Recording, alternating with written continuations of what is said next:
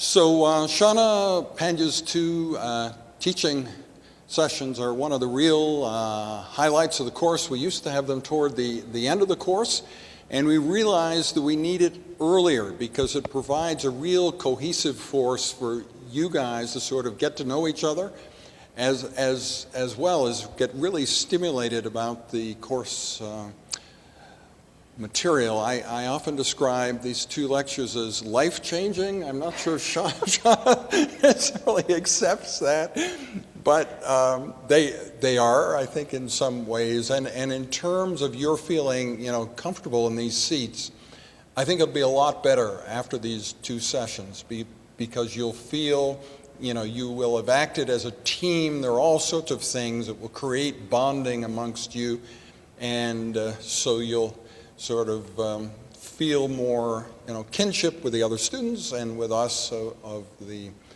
faculty. So all I'm saying is after Shawna finishes, everything will be better in your life, eh? Okay. So Shawna, take it away and tell us about engineering tomorrow. Great, thank you so much, Kim. Hopefully that didn't hype it up too much. Hopefully you don't walk out of here feeling like you've been ripped off or anything like that. But welcome, everyone. Thank you so much for attending. So, what a time to be alive. Does anyone ever just stop and think that to themselves? Does anyone just marvel at the fact that we live in an amazing time? No? Okay, well, I hope by the end of this session, I hope that by the end of this session that you might think otherwise or might stop to smell the technological roses a little bit more frequently after today. And so just to begin with, let me show you what kind of age we're living in. So this broke headlines in September of last year. Researchers from the University of Washington just demonstrated the first known and applied case of mind control. And so what they did was they had a research team, master and commander, sit in 2 rooms across campus. One was playing a video game with his mind. So this gentleman here on the left had this a special type of EEG that could read his brainwaves. And he was playing this game where you had to launch a rocket. And when he thought about lifting his finger to launch a rocket, there's a place in your brain, it's called the supplementary motor area, and it's responsible for thinking about doing complex movements. So he would think about doing that. And then here's the amazing part. These brain waves that recognize he's thinking about sending this command to lift his finger to launch a rocket were transmitted all the way across campus to his willing research partner, who also had a different kind of skull cap on. This one with a transcranial magnetic stimulator, which once activated, once it received the signal, made him lift his finger, push the space bar, and launch a virtual rocket. So, first applied case of mind control. I will emphasize that was all willing, it was all ethical, and it was all virtual rockets, so no one was harmed. Another amazing another amazing tidbit of the times we live in. Has anyone ever heard of the Google autonomous vehicle? A couple of you have. So this is a thing now. So for those of us who grew up in the Jetsons era, where buses and cars would, ferry us independent of a driver, this is a thing now. So several years ago, in the mid-2000s, DARPA, the Defense and Research military arm of the United States Army, launched a challenge saying, we dare all the roboticists and engineers out there to engineer a vehicle that can drive itself across a desert. And lo and behold, people came. Carnegie Mellon and Stanford battled it out. And in the end, Carnegie Mellon actually won the first ever autonomous vehicle challenge. And in fact, California this past year passed its first law legalizing autonomous vehicles on the roads. So hopefully now you're starting to believe me a little bit that we're living in amazing times. And so today's talk is all about engineering tomorrow. How do we get there? How do we become a part of this culture and that's encouraging innovation, encouraging big ideas, encouraging disruptive ideas and revolutions and thoughts that make up the world we live in today?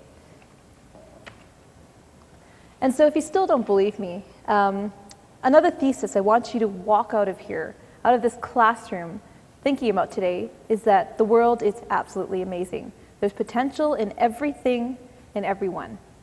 And if you don't believe me, I will show you right now that a set of bananas can in fact become a keyboard.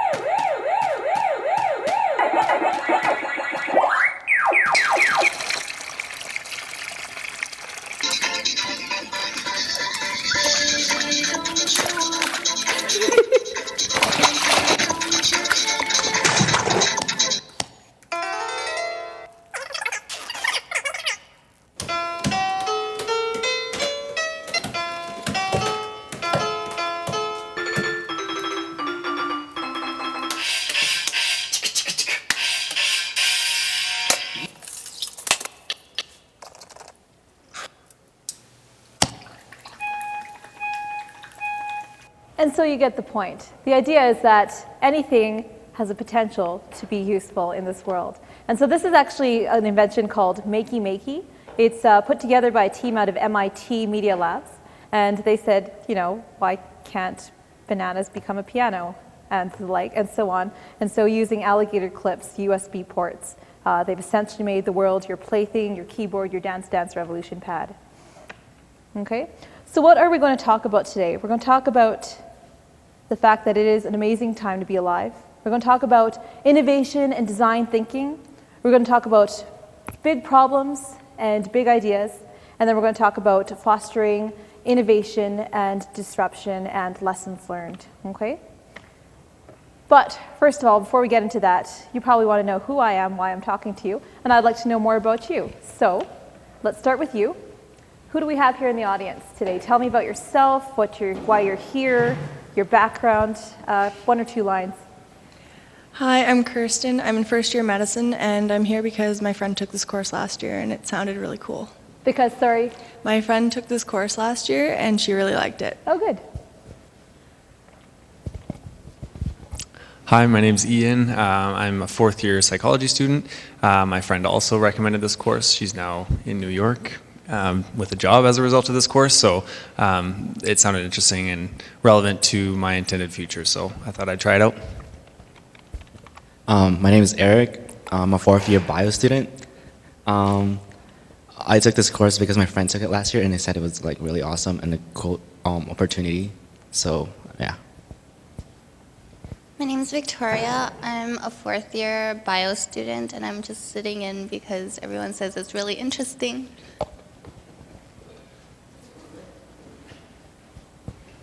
Hi, my name is Jenny, and I'm a 3rd year neuroscience student. These two told me that it's a really good course, so I'm sitting in on it. Hooray, neuroscience. Not that I'm biased.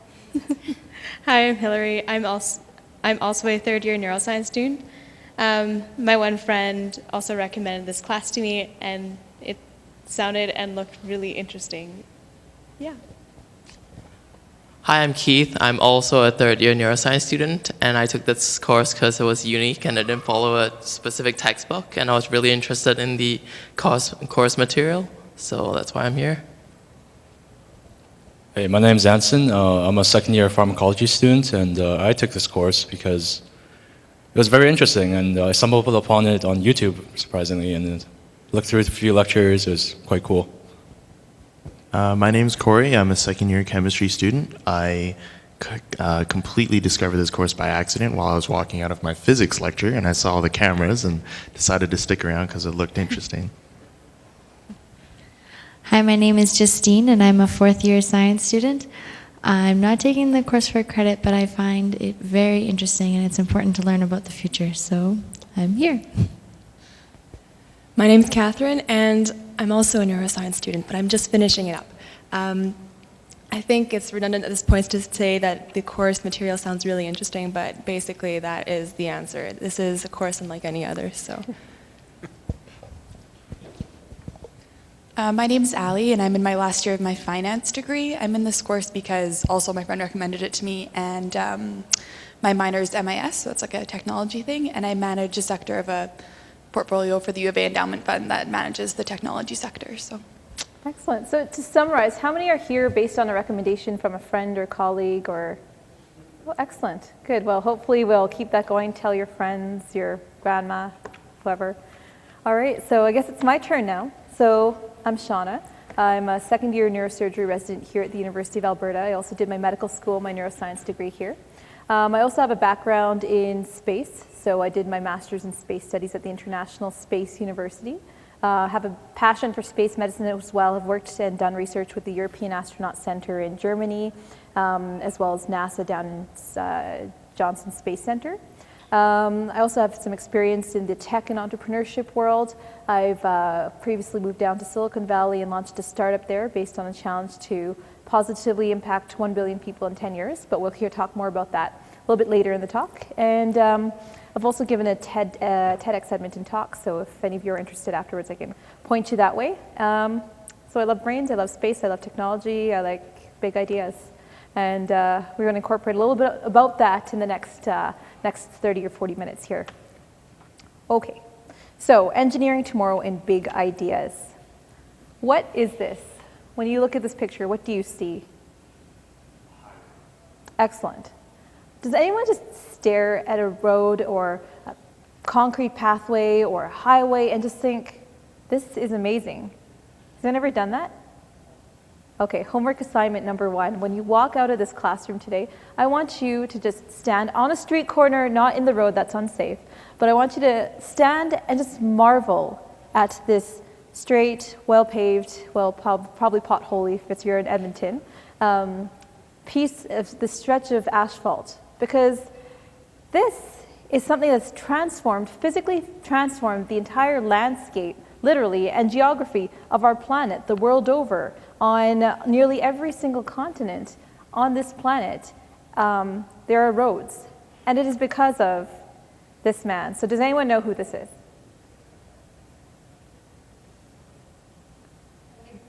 Excellent, and tip-off is the Ford Model T that's on that slide as well. So I want to be clear about something. Henry Ford managed to indirectly transform the landscape of our planet, not because he invented the car. He wasn't the first one to say, hey, why don't we have motorized, four-wheeled vehicles that can transport us from place to place.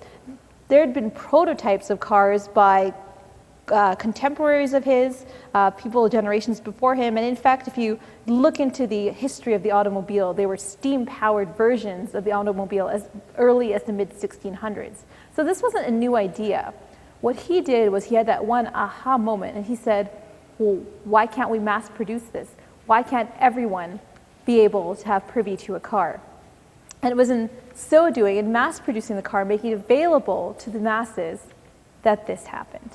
That so many people had access, were able to afford cars, that it came to the point where we actually had to build infrastructure to incorporate this and literally transform the face of the world. Okay? Here's another example. Who's this?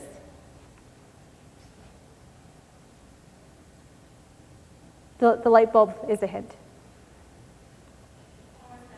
Excellent. Yes, this is Thomas Edison. Again, another example of someone whose ingenuity has transformed the very way we live. We're no longer a society that has to live by the setting and rising of the sun. That's how it was done before electricity and kerosene lamps and candles, and that allowed us to stay up beyond the daylight.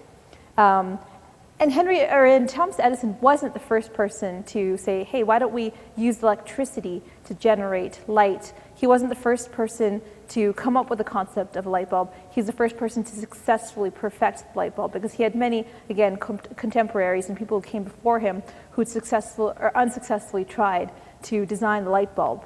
But he was the one who kept at it and finally thought, aha, tungsten filament, that's what'll put things together and allow me to design the light bulb. And if you look at it, look at how far we've come now, to live and live in a society without electricity and without light bulbs is completely unheard of. He's transformed the way we live our lives.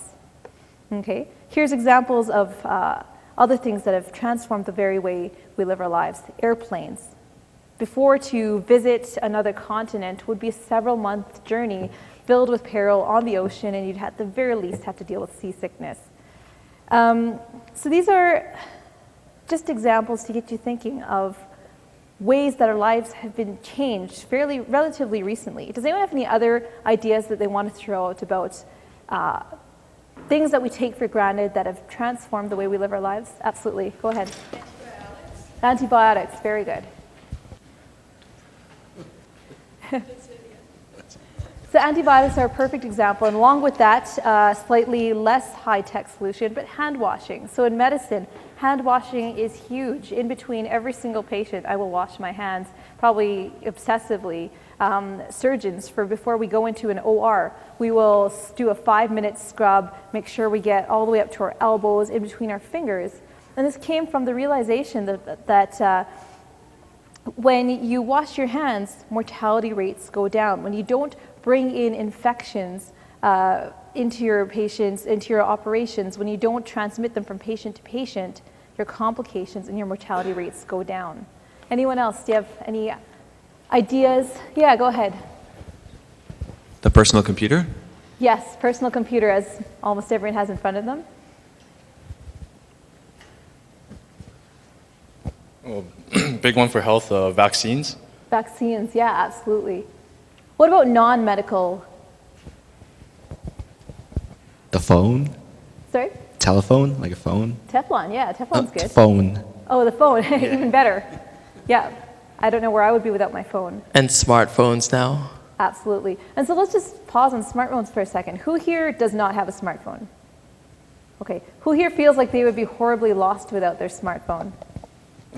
Yeah, absolutely. And so just think about this. 2005 is really when these things took off. 2006 was, I think, not even, 2008 was when the first iPhone came out. And I remember hearing about this, and I thought, what's the big deal? It's an iPod that you can use to call your mom. Does anyone else think that, this wouldn't be that revolutionary? Yeah, I'm seeing a couple of you nod. And then we started adding more to it. We designed the concept of an app at an app store, and we empowered people to use their creativity and this device that was so powerful that could fit in your hand and say, hey, what if I could teach someone another language with their phone? What if I could do my banking on my phone? And suddenly it got so out of hand that sometimes we're surprised that our phones can still be used to make phone calls. And has anyone here read Bruce Coville as a child, or watched Inspector Gadget, or read Hitchhiker's Guide to the Galaxy? Anyone? Yeah, and so it blows my mind that, we grew up in this society that fantasized about things like Inspector Gadget's niece Penny having a computer book, or having a universal reader and translator in the Bruce Coville books, or in Douglas Adams' Hitchhiker's Guide to the Galaxy series, you had this portable Hitchhiker's Guide that seemed amazing because it had facts about everything in the known universe, and suddenly we have something here and now in the palms of our hands that is that and much more. So hopefully I'm beginning to convince you now that this is in fact an amazing time to be alive.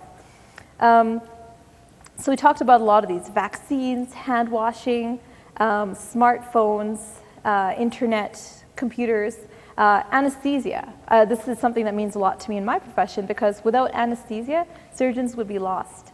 We wouldn't be able to do, 10-hour complex surgeries. We wouldn't be able to do tumor resections, or it would be insanely difficult. And before the modern age of anesthesia, surgery was a spectator sport. It would be a theater full of spectators, and the surgeon, who wasn't washing their hands, by the way, trying to amputate a limb as fast as possible so their patient wouldn't die screaming from pain or from blood loss.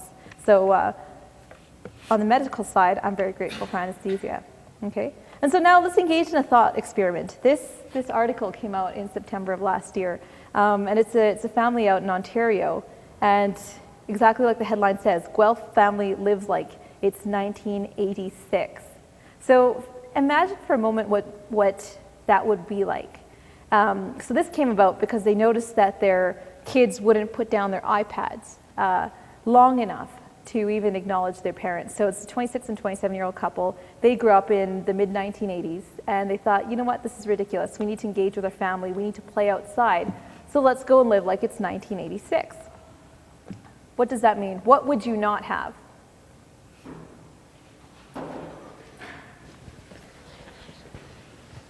Anyone? What would you miss?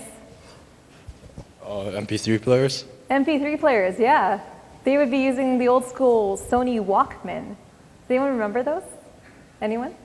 Couple of hands. No internet. No internet. Yeah, they were frustrating their friends in the article because they don't even use email. To get a hold of them, their friends have to use a landline or actually come speak to them. Unheard of, right? No Facebook, no Nintendos. They're back to their old school Atari system. They're not able to have a phone on the go. They're stuck using basic microwave. So it seems a little bit, different to us who live in this hyper-connected society, but it's an interesting thought experiment, or even if you're really adventurous, actual life experiment to try for a weekend. Can you go living like it's the 1980s? I don't think I could. Okay? And we aren't invented out either. So we're going to spend the next little bit of this talk talking about what exists out there in the world. So Anthony Atala, he's given is anyone here familiar with TED Talks? Does anyone watch them religiously? Yeah, and so for those of you who haven't heard of TED Talks, it stands for Technology, Entertainment, Design, and it's about people who are doing really cool things in the world or have hit on big ideas, and they're 18-minute talks usually. So Anthony Atala gave a talk on his work on 3D printing. Who here has not heard of 3D printing? Okay, so everyone has. So just to summarize, it's kind of basically where you take a computer model of whatever it is you want to print, put in your source materials, and then voila, you can print anything. And so this was a new concept as early as 4 years ago, but now it's really catching on, and now people are really saying, hey, if we can 3D print things, what is that limited to? Because Anthony Atala is printing organs. He's using cells as his base input and saying, okay, well, can we model a heart? Can we model a kidney? And he's printing organs. So let's think about what that means for a second, because organ donation is really the limiting factor for people with failing hearts, failing kidneys, failing livers. And anyone who's ever been in this position, who's had a family member or someone close to them in this position, knows how heart-wrenching it is to wait for an organ, because not only do you have to find someone who is willing to donate or who is unfortunately no longer themselves alive and an organ donor, it also means you have to be exactly typed and matched to that organ. So there's a huge mismatch between supply and demand when it comes to organ donation. What if you could circumvent that? What if you could use 3D printing to say, okay, this person needs a liver, this is his specific blood type, this is his specific antigen and allele type, and voila, we can put in non-immunogenic cells and print out a new liver. Okay, on the more fun side of things, what about 3D printing food? So that's a new thing. So has anyone heard of the Consumer Electronics Show? It happens annually in Vegas. It's going on right now, in fact, and it's kind of where big tech companies, phone companies, Google, Yahoo, it's where they come out to play and to show their best and try to outdo their competition. And so the big thing this year is 3D printing food. And so this one website issued a challenge to its readers as to what you would print. And someone printed a shoe burger. So it's exactly what it sounds like. It's a bun that's printed like a shoe, and in the middle you have hamburger fixings. And we're actually going to go to this site for a second because I think it's really cool. Some of the ideas that they came up with for 3D printing food. So you can model your own face, take a scan of your face, put it into a printer, put in some chocolate, and then have a chocolate lollipop. A little bit of a novelty. You can have gummy U's. This one's my favorite, a bacon Mobius strip. So for those of you who don't know what a Mobius strip is, it's kind of it's a loop that's twisted once around itself, so it goes on ad infinitum. And so you're having fun with food and fractals and math. Again, fractals as cookies. 3D printed food in 0G. So NASA just brought their first food 3D printer. This one's available on retail, chocolate 3D printer. Corn chips as fractals. And pasta as fractals. And last but not least, this looks like an art sculpture, but basically it's sugar. It's 3D printed sugar art. So, you know, it's a bit of a novelty, but it's also an idea of how creative people can get once you give them a platform to be creative on. Okay? And then what about more, going back to a more serious vein for a second? So we've talked about organs, we've talked about food. What about shelter?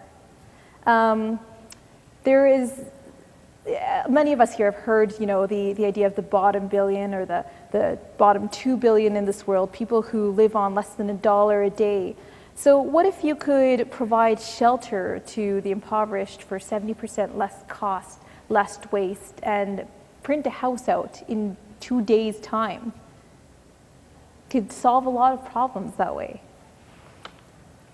Okay? And then what about taking 3D printing to the nanoscale? So this is a team out of Vienna. They used printing at the 3D level to manipulate individual molecules, and they had some fun with it. They built race cars, they built churches. But think about what that means as you get more and more control at the molecular, the atomic level. You can suddenly this idea, this medieval concept of alchemy, turning lead into gold, actually becomes a thing as you are able to take hydrogen atoms and oxygen atoms and smash them together, and suddenly you can make water, and water shortages aren't a problem anymore. Okay? So moving away from 3D printing now, let's go back to transportation. We talked about autonomous vehicles a little bit earlier. So who's ever wanted a flying car? At least half of you. Yeah, so many of us grew up in the Jetsons era, and I don't know about you, but I thought we would have a flying gridwork by now. And so this, again, out of MIT, this team thought, well, why not make that a reality? So they're called Terrafusia, and this is their first model. It's due out on the market in 2015, and basically it's a hybrid road and air vehicle, and they have FAA clearance now. And so when it's on the road, the wings can fold up. It can be your run-of-the-mill car, but you know, if you're stuck in a traffic jam and need to be somewhere in a hurry, it can also fly. Okay, so one of my favorite quotes, and I'm sure many of you have heard this before, is that the future is here.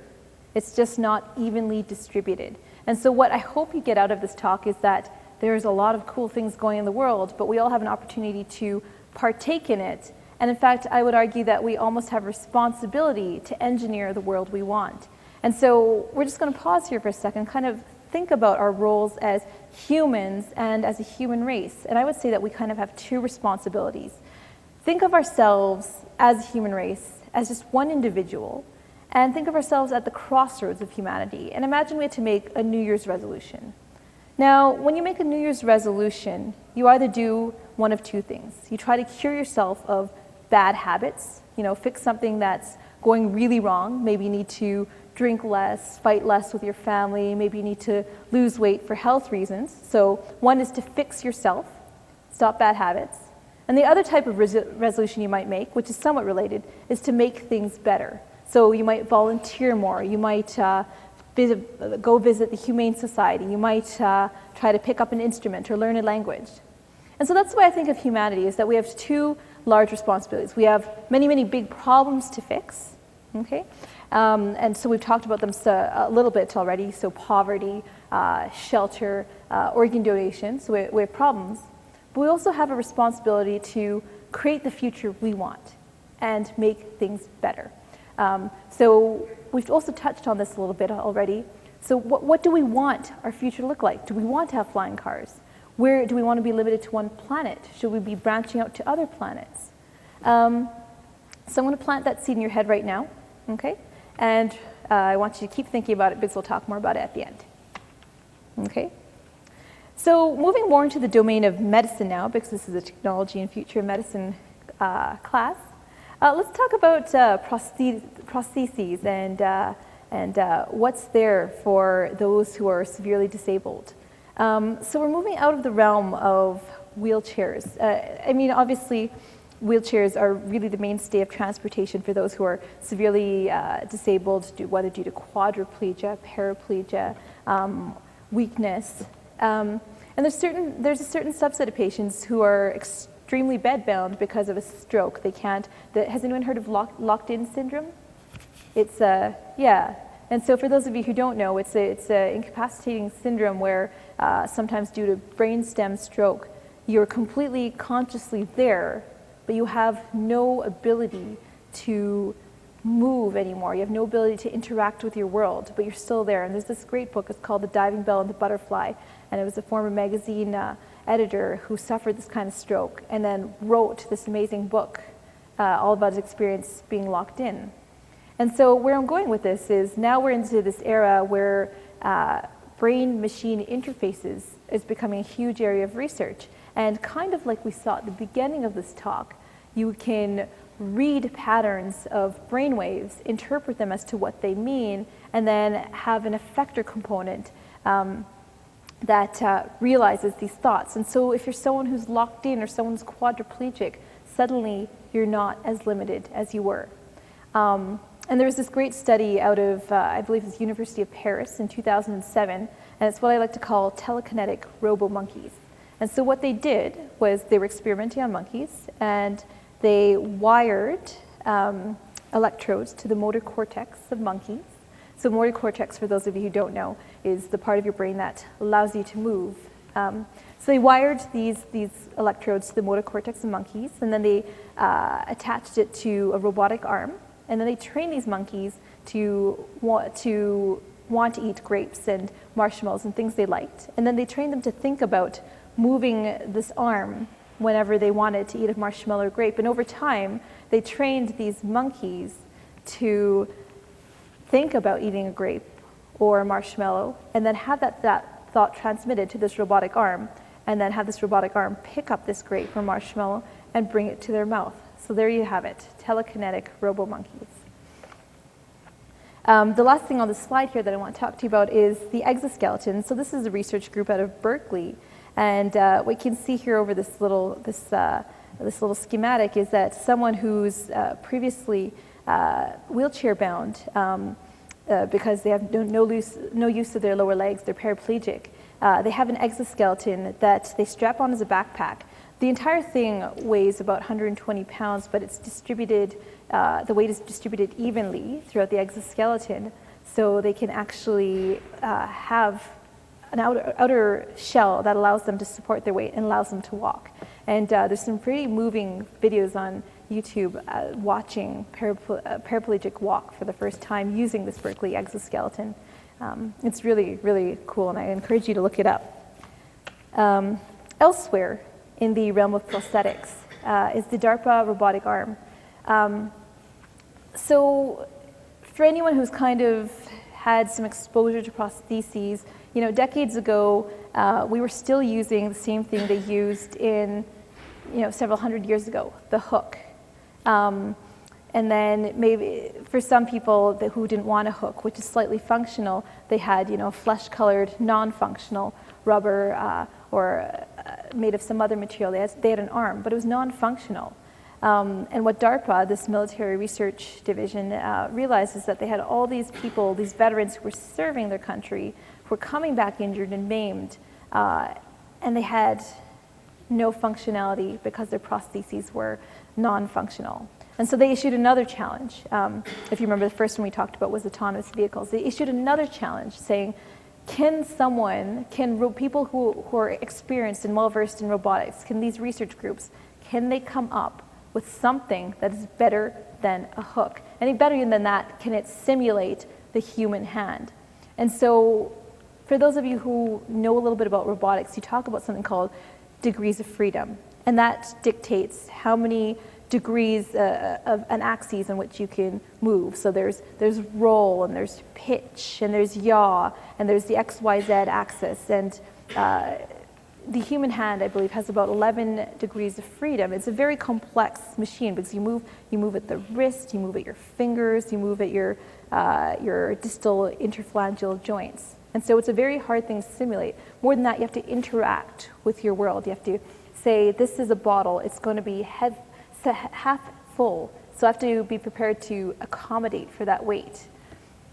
So it's a very complex thing, a human limb. And so to simulate this isn't easy, but I want to show you what the DARPA cybernetics arm looks like. This is a prosthetic arm here.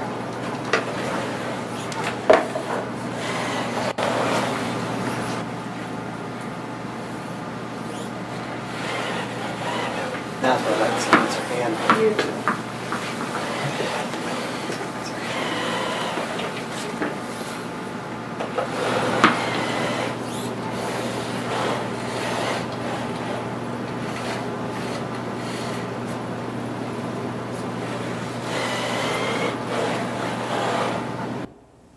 And so that last piece was particularly powerful because to be able to throw something, to visually perceive that it's falling, and then to move towards it and adjust to accommodate for its weight and catch it is pretty remarkable. And so to be able to do this with a robotic arm is incredibly impressive. And so the bottom line is we've come a little bit of a ways from having a hook for prostheses. Okay. For those of you who are space lovers in the audience, has anyone heard of the Mars One project?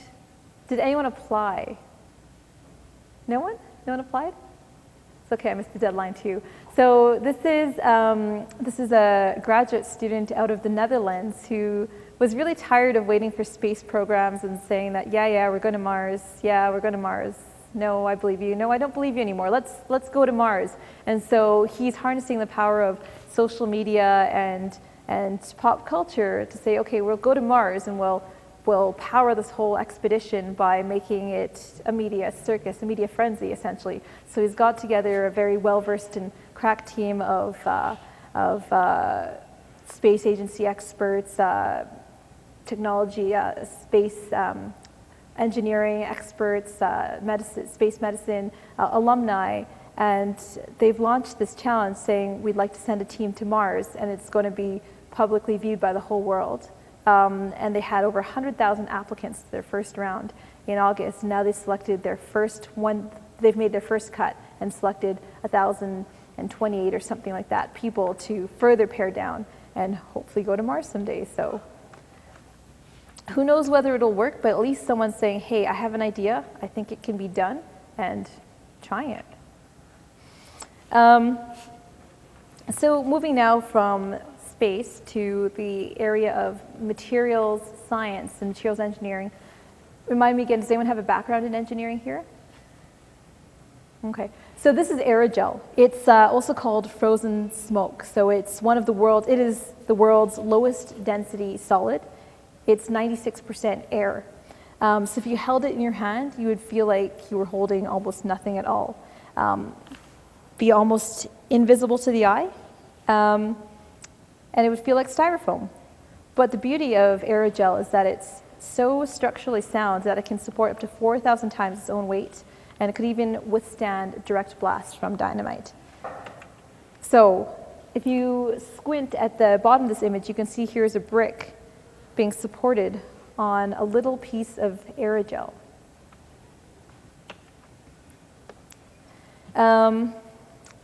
Virgin Galactic, has anyone heard of that company? One person. So Virgin Galactic, has anyone heard of Virgin Media Group or Richard Branson? So he's a very well-known billionaire, tycoon, and philanthropist, and also he's just known for having pie-in-the-sky crazy ideas. So there was a competition over 10 years ago now called the X Prize Challenge, and the challenge was to put a suborbital vehicle into suborbital flight, do it twice in 10 days without mishap. And so they won the challenge with Spaceship One, and now they're taking this prototype and saying space should be accessible to anyone. Space tourism should be a thing. Why isn't it a thing yet? Let's do it. So they put together this company called Virgin Galactic, and they're hoping to sell commercial flights to space tourists in the coming years. So hopefully this whirlwind of things that exist already in our world have convinced you that it is in fact a very special time in which we exist.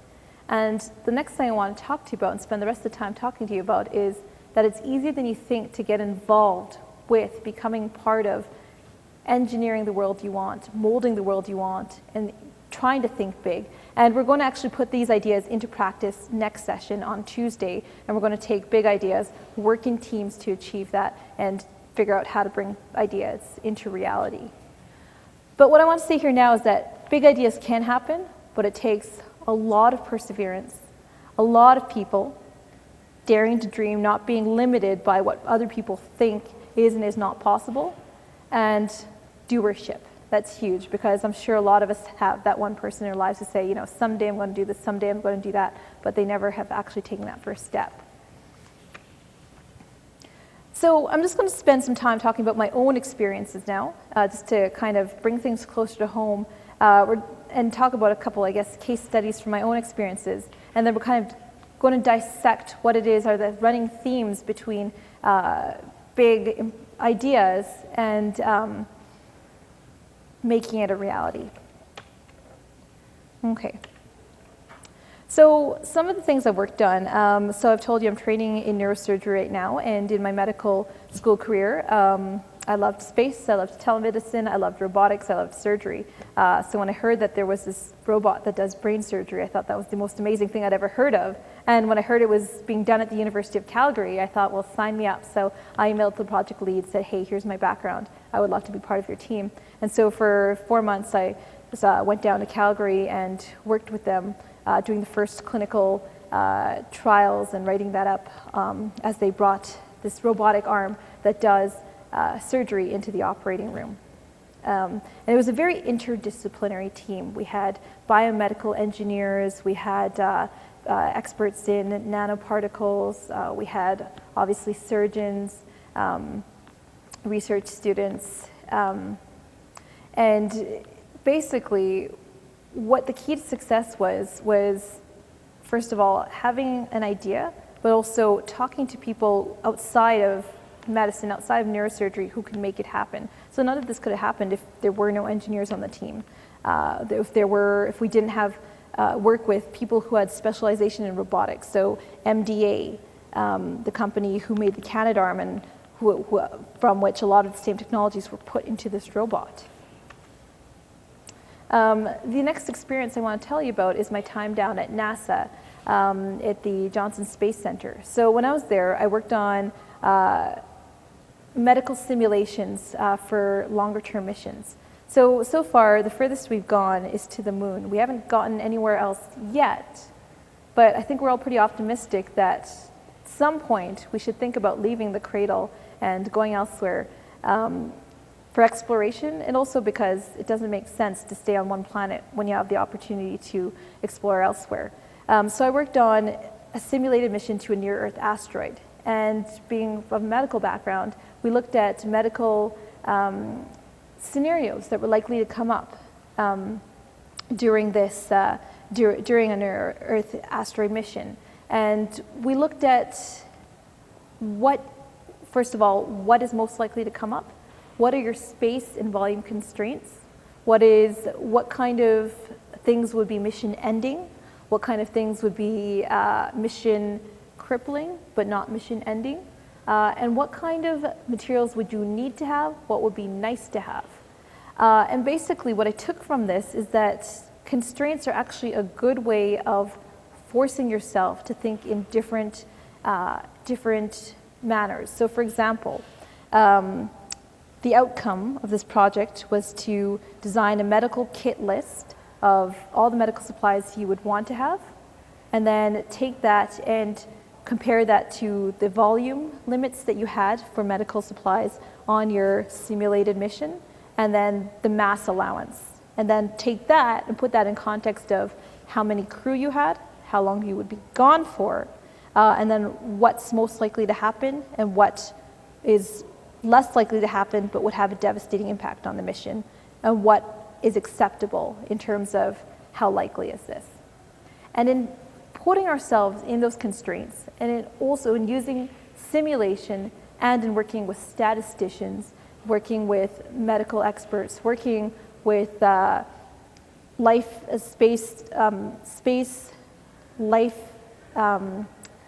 living space design experts, this is how we came to consensus. So the bottom line is that constraints can actually be a strong driver in bringing an idea, in shaping an idea, and giving it legs.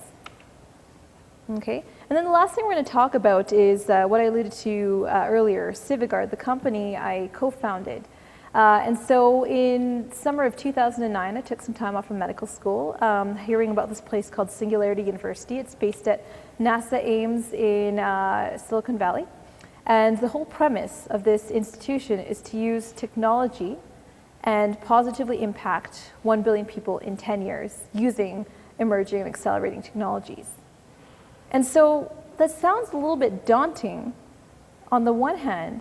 When you meet the right set of people, you turn that idea on its head and say, well, how can we positively impact 7 billion people in 10 years? What is a problem that affects anyone, anywhere, anytime? And for us, the answer, for the team I worked with, the answer was natural and man-made disasters. And so we worked with a team, an interdisciplinary team of 9 people from 7 countries, all the way from England, Israel, Russia, Canada, USA. And we looked at, first of all, identified a constraint space, disaster management.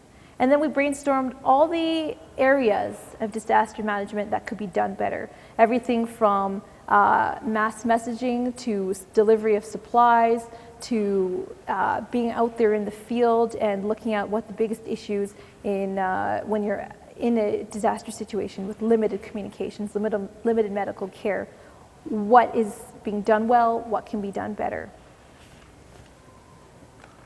And so from there, we didn't limit ourselves at all. And this is going to be a kind of a point that we're going to harp on next lecture. We didn't limit ourselves. We thought big, we thought small, we thought about delivering aid, we thought about mass messaging, we thought about knowing even before the fact, we thought about disaster prevention. And then from there, we took all our ideas and we whittled them down, and then we forced ourselves to constrain ourselves. And we settled on mass messaging. So for us, it was an easy solution to fixate on because it's not being done particularly well.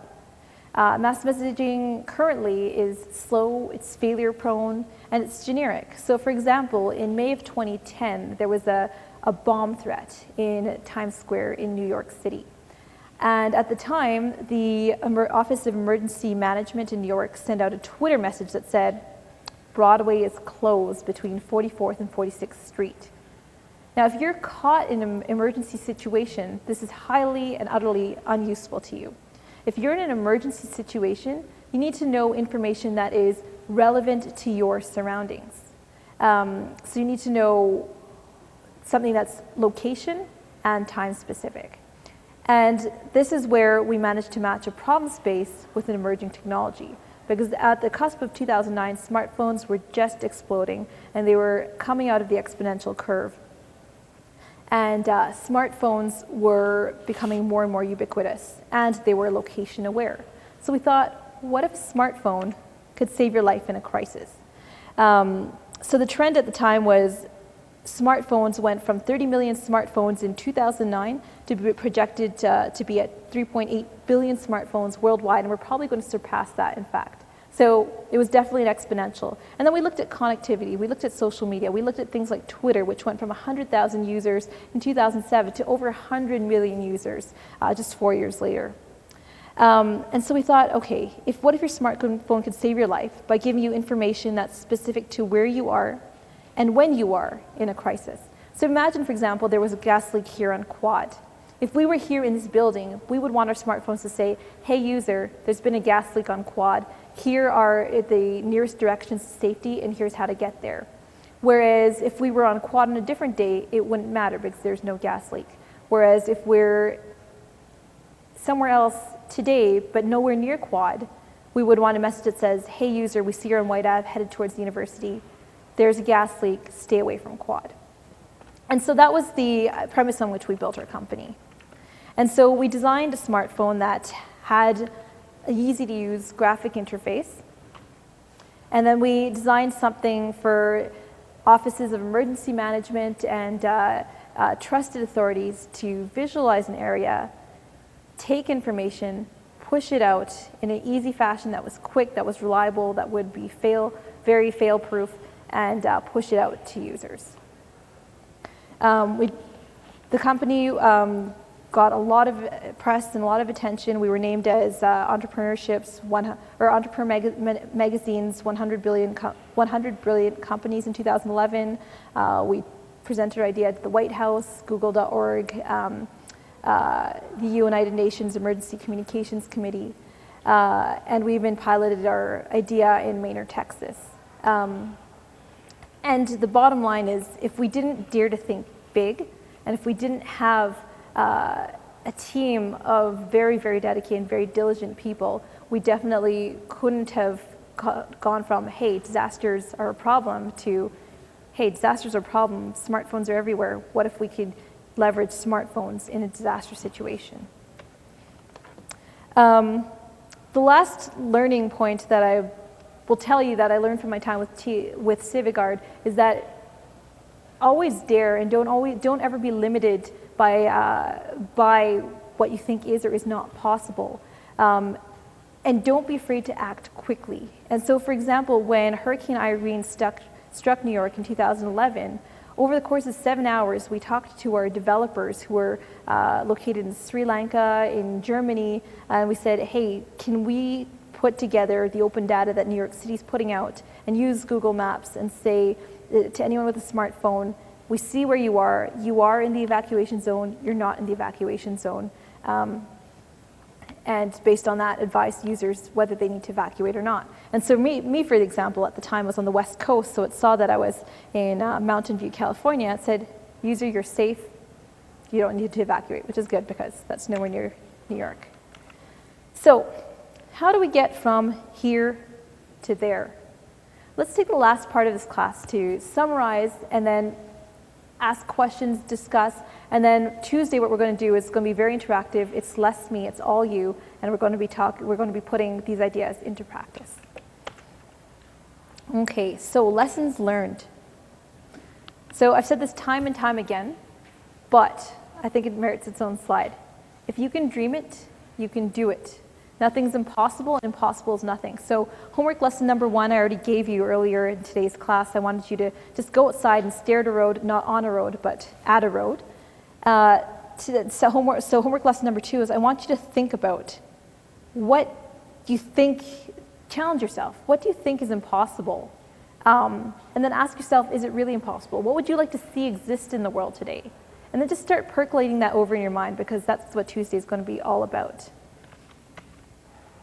Okay? And along with that, to foster that mindset, how do you foster that mindset of disruption, of innovation? And for me, I've always found, both from observing people who have done this and in my own ventures, that questioning everything is key. So always ask how you can make it better. Don't just accept, if something's uncomfortable or if something's less efficient than it should be, if something is less than ideal. Ask yourself, why am I accepting this? And so I call it the ketchup bottle problem, because anyone who's seen me talk before has seen me rant about the Heinz ketchup bottle.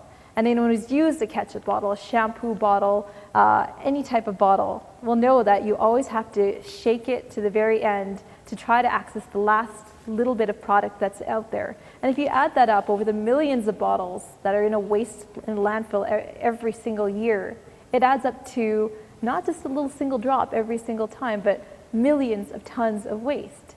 So why do we accept that? And so here I was ranting about it when a group out of MIT Media Lab went one further and said, okay, well, maybe we don't have to have a ketchup bottle that doesn't allow you to access the full amount of product.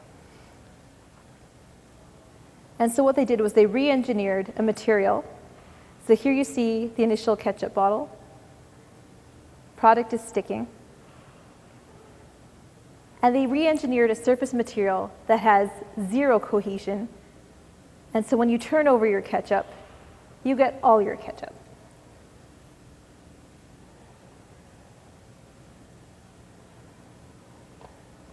So the bottom line is, don't be afraid to ask, why am I accepting this? And how do I build on the work of others? And so that goes back to what we talked about at the very beginning of this lecture with Thomas Edison, with Henry Ford. Big ideas don't happen overnight. It's not like someone all of a sudden woke up and said, let's have cars for the world. Cars existed, but it's how do I build on that? How do I make cars more accessible? And then these days, how do I make cars autonomous? And then once I make cars autonomous, how do I legalize those and make autonomous cars a part of everyday society? So look at the mundane, look at the banal, look at the everyday and question it. Thirdly, there are no problems. There are only crisopportunities. This is one of my favorite words. It's from The Simpsons. A crisis is a crisis because we don't have a good way to address it yet. We don't have a good way to manage or solve the problem yet. So why not be the first? Instead of panicking, say, how can I make this better? It's how we came up with our products at Civic Guard, and it's how we got from point A to point B. So a disaster wasn't a disaster anymore. It was a problem. It was an opportunity to do something, in our case, mass messaging better. And ask, what if? When you're first embarking on a problem, you can't limit yourself. And you'll hear me harp on that over and over again on Tuesday during our workshop.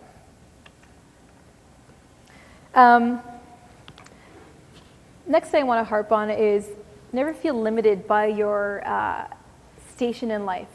I think we often limit ourselves from action by saying, oh, but I'm just this, I'm just a student, or I'm too young, or I'm too old, or I'm not an engineer, or I'm too medical, or I'm too non-sciencey. And by making excuses, we completely and utterly limit ourselves. And so I always try to point people's attentions to the flip side, saying, what do you have? And what can you bring to the table?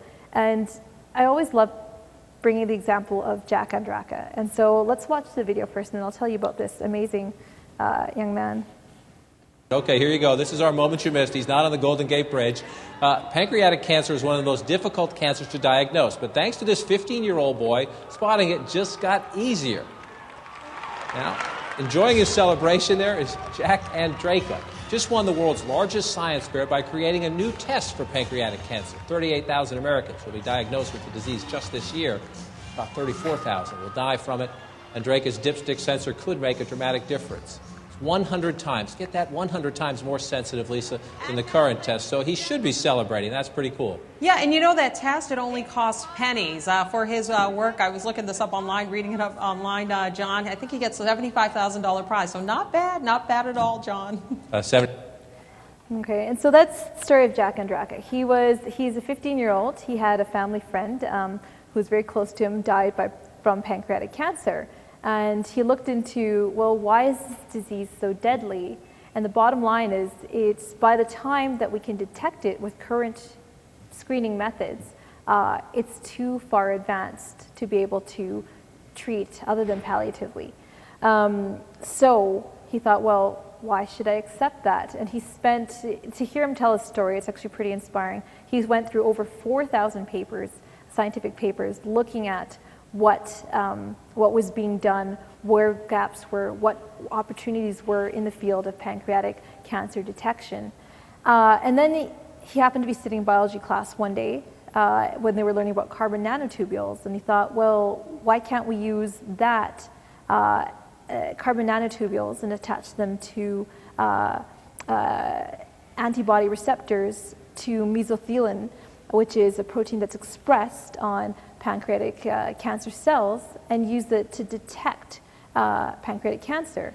And he's like, this should be a thing. I think it's a thing. So he took it down. He took this idea, broke it down, created a time frame, created a budget, sent it out to over 200 well-known cancer researchers in the United States, and got 199 rejections and one lukewarm maybe. But he persevered, and it turned out that this one lukewarm maybe actually happened to be at a little place called Johns Hopkins, and he sat down with the lead investigator, the primary investigator at Johns Hopkins, and to hear him tell it, it was extremely intimidating. They brought out their crack team of investigators, and they all fired questions at him, and he was sweating bullets. And then at the end, they said, "Okay, we'll take you on as a research student." And that's how we created this carbon nanotubule-based detection method that is thousands of times faster, thousands of times cheaper, and as good as the current gold standard for detecting pancreatic cancer. Similarly, in that vein, this girl here in the lower part of the slide, her name is Brittany Wenger. She's 17 years old, and she won the Google Science Fair because when she was 12, she became interested in neural networks and artificial intelligence, picked up a book, taught herself to code, and then applied that knowledge to the field of medicine and breast cancer screening, and looked at fine needle aspirates, so biopsies from patients who may or may not have breast cancer, and taught her neural network to predict, based on these biopsies, whether or not a patient will have breast cancer. And her method for screening is 99.9% accurate. And for those of you who aren't familiar with methods for screening for biopsy, you can either do a core biopsy, which is extremely invasive and painful for the patient, or a fine needle aspirate, which is a needle that draws out a sample. And so here she was, 17 years old, creating a new method for cancer detection. So I don't know what you were doing when you were 17, but I sure wasn't doing that.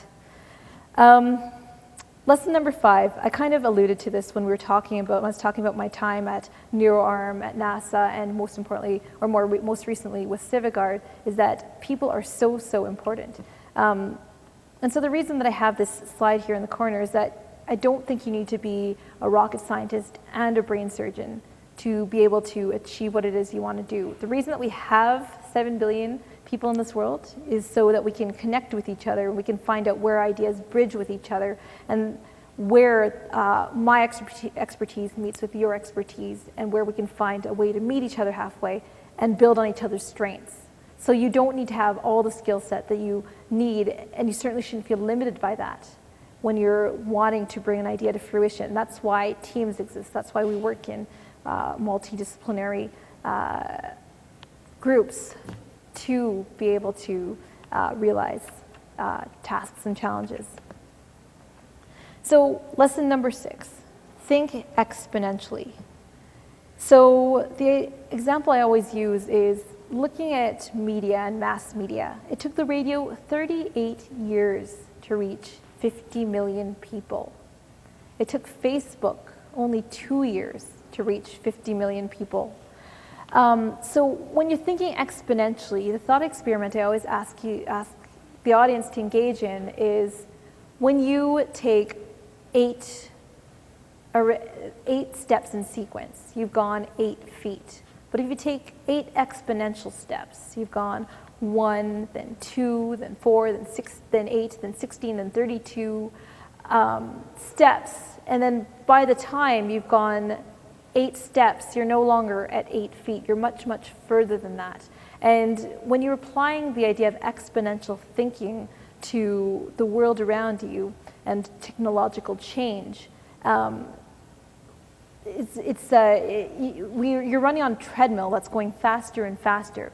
So for example, going back to the example of smartphones that I alluded to earlier, smartphones have exploded. They weren't even a thing before 2008. And now we're going to have over 3 billion of them by the end of next year. They're going to be everywhere. So our world is changing tremendously faster, and be able to not only accept that, but to leverage these changes. We need to train ourselves to think exponentially. So the bottom line is that tomorrow's already here.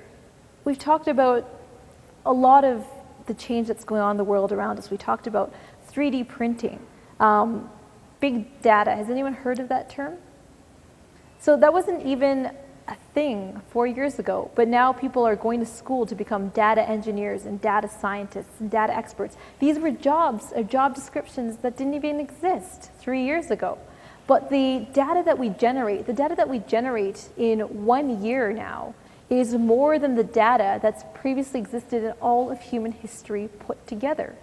That's pretty mind-boggling, that we're adding on another order of magnitude each year, another power of 1,000 every single year to the amount of data we're generating.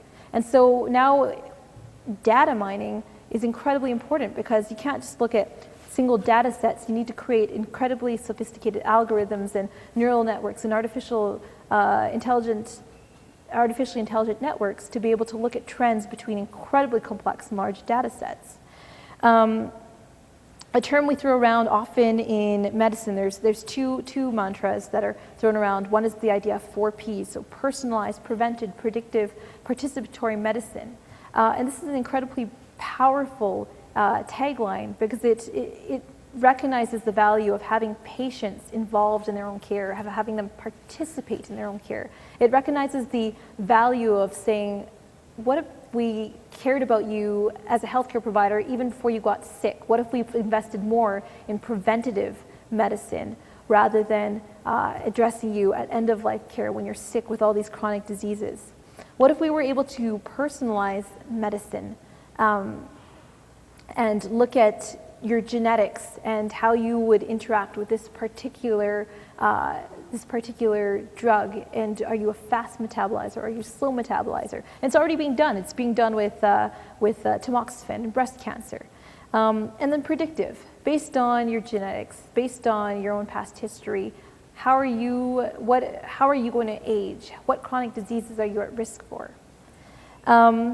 And then on the technological side of medicine, faster, better, cheaper, smaller is the other mantra we hear thrown around. So how can we, in healthcare systems like the US or Canada that are in a spending crisis, that are economically overloaded, cheaper is always at the top of hospital administrators' minds. And then smaller in surgery, this is a very important consideration for general surgeons. Minimally invasive surgery is actually an area of specialization for fellowship. So these are trends and technologies that are here to stay and that are becoming increasingly important for considering how we approach medicine, how we approach and leverage technology. So in summary, when you walk out of here, I want you to think big. I want you to challenge yourself and think about what it is that you accept and start thinking about, this is your second homework lesson that I assigned to you earlier. What are inefficiencies in the world around you? So think about taking a pad of paper and for a day, walking around and just listing everything in the world around you that you take for granted that could be done better. So for example, the example I always rant about is airports.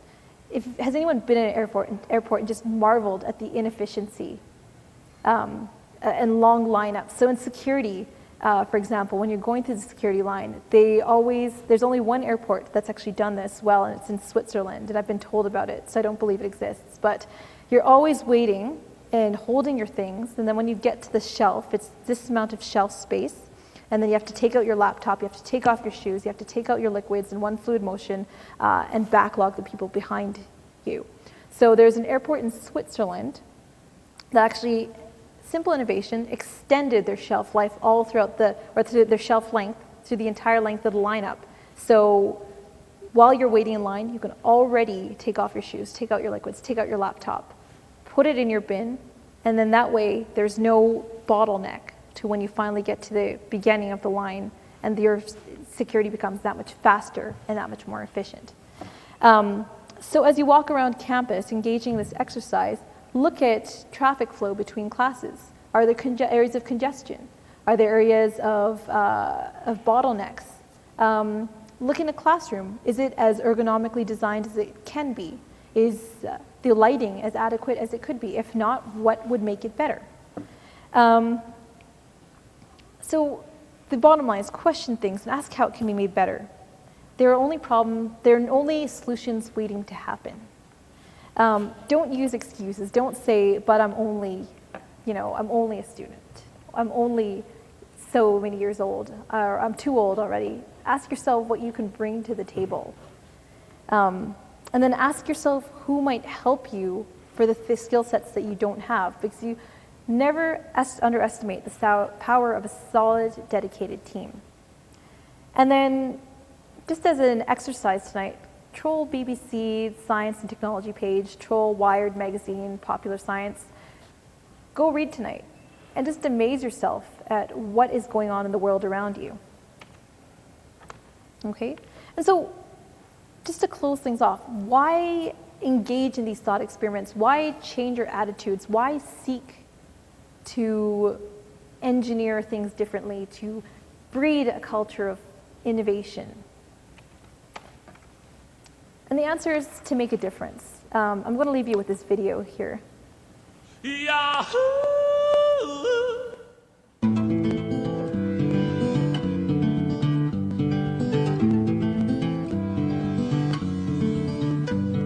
This thing is gonna change the way that people have nights.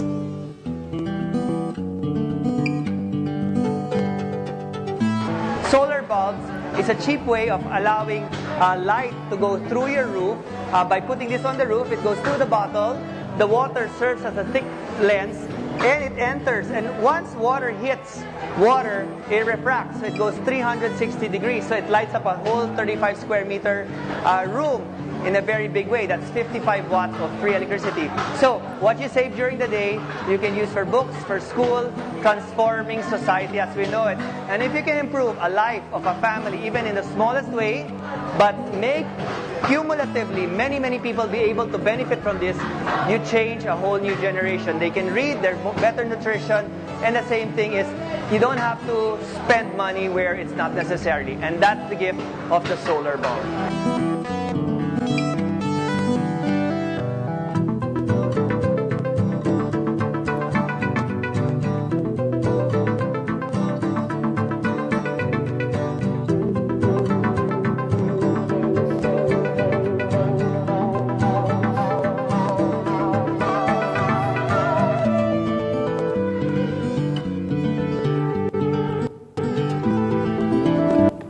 So there's your answer. So why innovate? Because we can, and to make a difference. And it doesn't have to be high tech. It just has to be thinking, how do I do it better? And how can I make a difference? And there you have it. A simple soda bottle can bring electricity to families that are too poor to power their homes during the day. Okay, so as we round out to the last few minutes here, think as just thought experiments for you to engage in. In our lifetime, are we going to colonize Mars? Are we going to cure cancer, end AIDS, eradicate polio? Are we going to end our reliance on fossil fuels and oil altogether? Are we going to use a different source of energy? If so, what is it going to be? Is it going to be biofuels? Is it going to be solar? Is it going to be wind? Is there something else altogether that we haven't even heard of? What about climate change? I mean, we're sitting pretty in Edmonton right now for the middle of January. It's 0 degrees, I think, outside right now, but the rest of North America is in some sort of deep freeze, and Australia is sitting at 48 degrees Celsius this morning. So between minus 40 somewhere in the middle of the Midwest and plus 48, that's almost a 90-degree temperature difference. I don't think that we can deny that extreme climate change is a thing that may or may not exist anymore. What about poverty? What about access to health care? What about reverse engineering the brain? What about artificial intelligence? What about our own intelligence? Should we be happy with our own organic brains? What if we could augment our memories or augment our thinking? What if we could split our consciousness so that I could simultaneously be teaching you here and at home, reading on the internet, and part of my consciousness is also controlling a robot doing neurosurgery in the OR? Should that be done? Should that be done? And how could it be done? Okay. What about solving aging? I didn't think that this was a problem to be solved, but the fact is we're all going to die. What if we could live forever? So these are ideas that we don't normally think about, but maybe we should, if not for at least a day or two. So just to prepare you for next time, I want to talk about big ideas. We're going to brainstorm like crazy. We're going to work in teams. You're going to do all the work, and I'll just sit back and help you out. Okay? I've already given you your homework. There's some references in this PowerPoint that will guide you to further resources on innovation and invention. Okay? So I want to quote to you a mishmash of my favorite innovators in closing. So ask fairy tale what if questions, stay hungry and stay foolish, because today's craziness might be tomorrow's breakthrough. And this is a quote from Dean Kamen, who invented the Segway. When embarking on an idea, ask yourself, is it crazy? The answer should be yes. And if it works, will it be a really big deal?